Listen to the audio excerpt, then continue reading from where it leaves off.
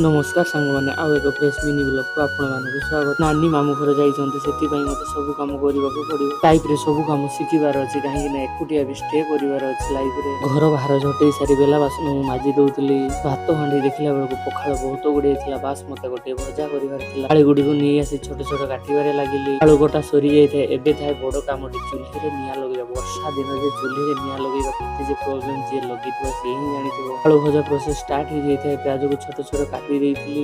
पढ़ाटी को मध्य चुल्ही रे मु बसई सारिथिली।